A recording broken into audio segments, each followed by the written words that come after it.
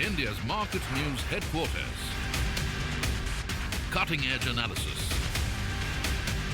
Influential insights. Market-moving intelligence. Broadcasting live from the CNBC TV18 Motilal Oswal studios in Mumbai.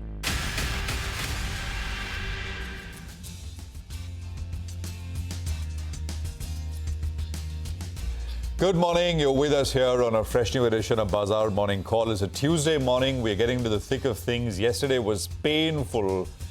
Today, Gift Nifty is indicating perhaps could be a little bit of a respite. Let's see. I'm Prashant. With me, my colleagues Surabhi and Nigel. Guys, hi, good morning. Hi, morning, folks. I call it the day after, the morning after, right? Because after the manic Monday that we got, I think some semblance of just peace and sanity and even range-bound trade, 50-point range.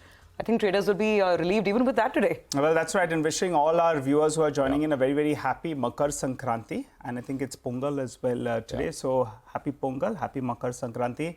And hopefully, I think there's that saying, Tilgul Gyani God Bola. Yeah. I think the market participants will say, God Bola Ani Karapan. That's the hope, I guess so. Well, absolutely. And, best wishes to all our viewers on this auspicious day and those who are celebrating.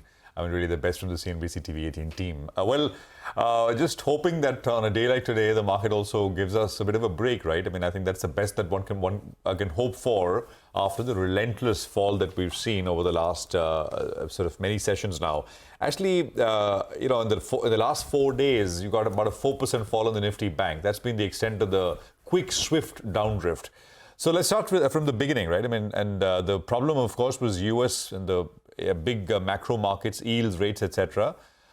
We've not seen anything huge or humongous like what we sort of same time yesterday we were talking about big things.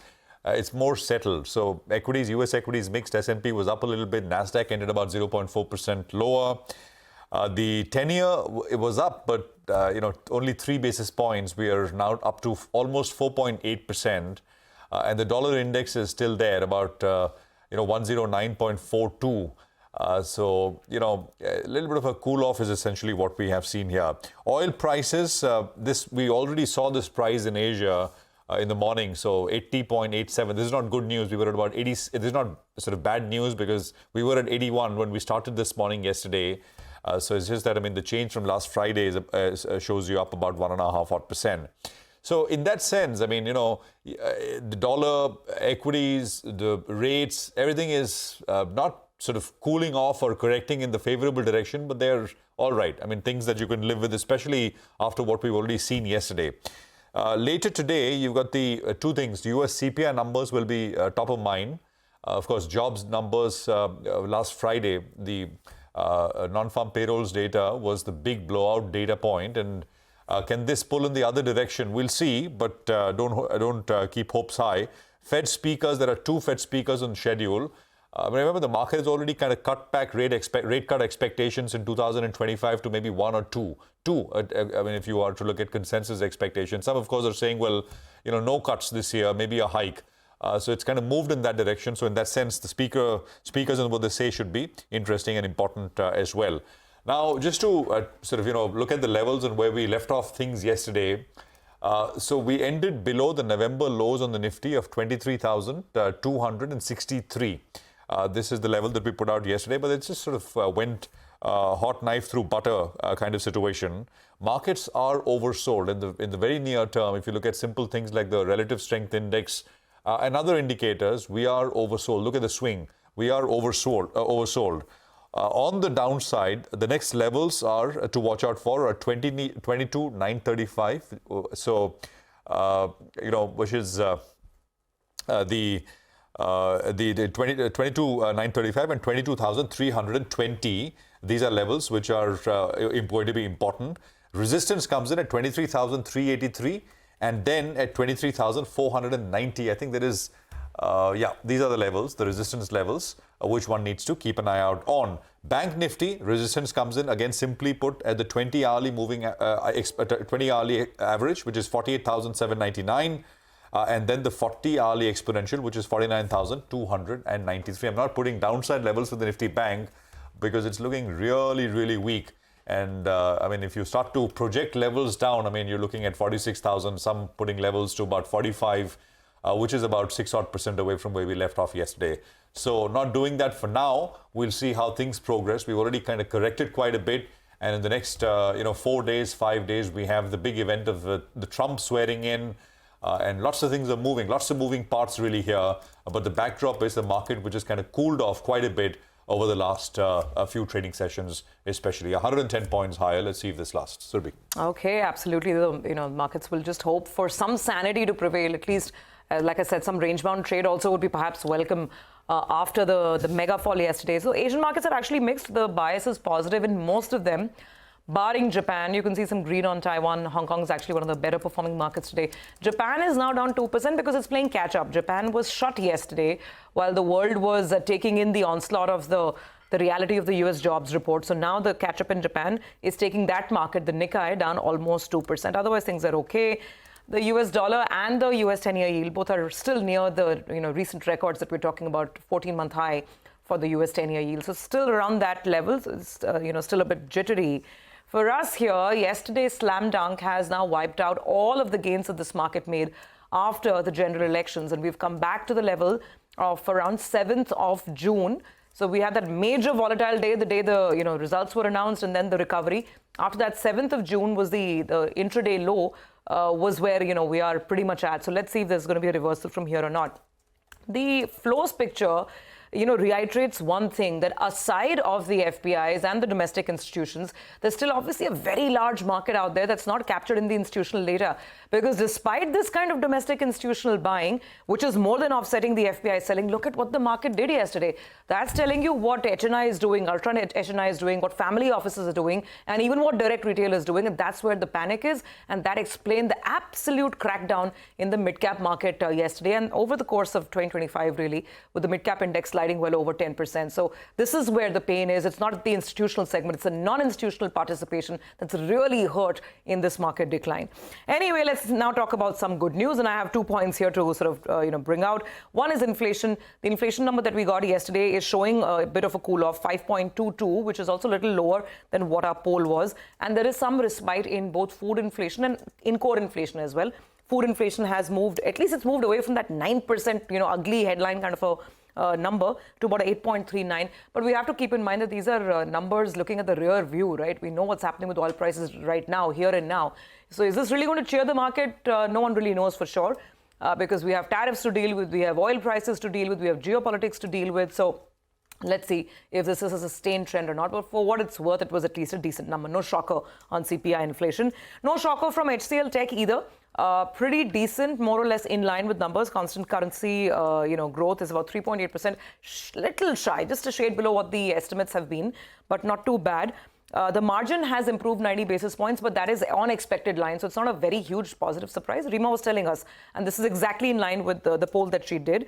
What is the management saying? The management is cautiously optimistic. I always look at commentary a little more, especially with IT companies these days. They're saying there is improvement in demand. Discretionary spends are picking up, but they're saying that smaller deals are getting converted quickly, while larger deals are still taking time. So yes, it's positive commentary.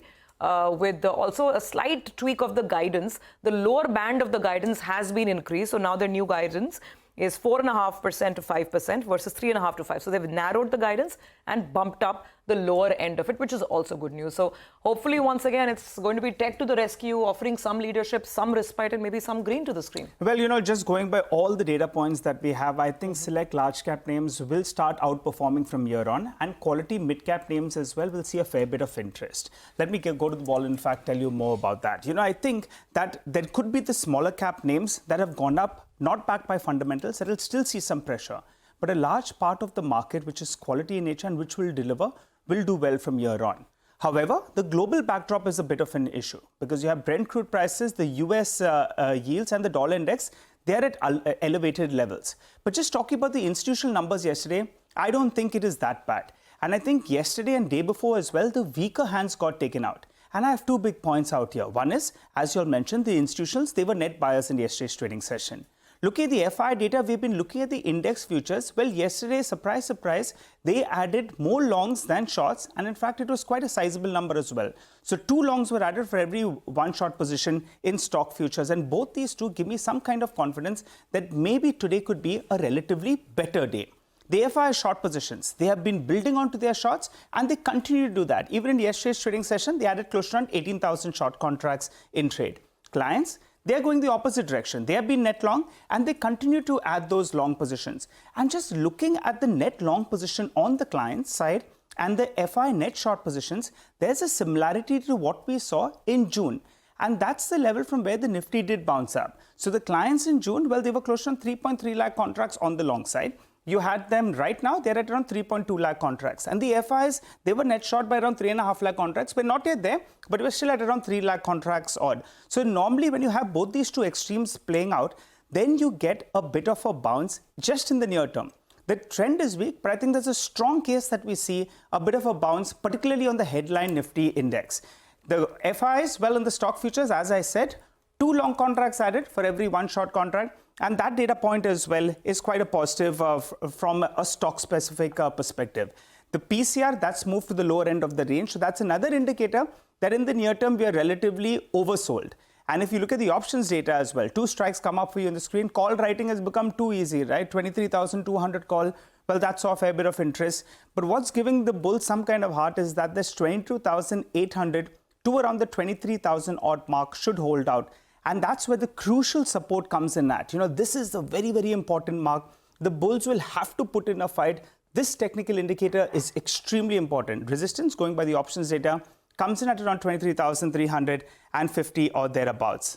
The sow point for the markets has been the Nifty Bank. And on a day-to-day basis, it's making lower highs, as you can see, the last few days.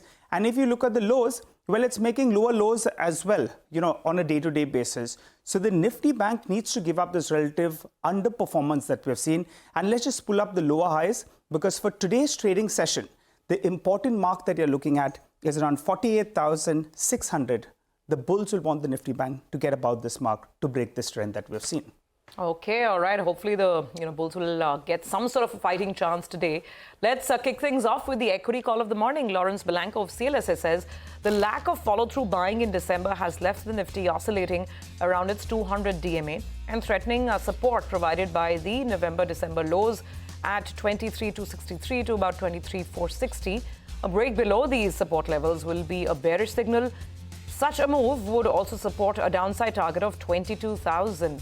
From a sector perspective, Lawrence adds that IT is the NSE Banks. It's the NSE Banks price action that is a concern for the broader market, as Friday's close has resulted in the sector's breakdown from its June 2024 to Jan 2025 trading range, with a close below 49,700 to 50,000. This breakdown supports a downside target of 45,000 for the Nifty Bank, which is around a further 7% downside.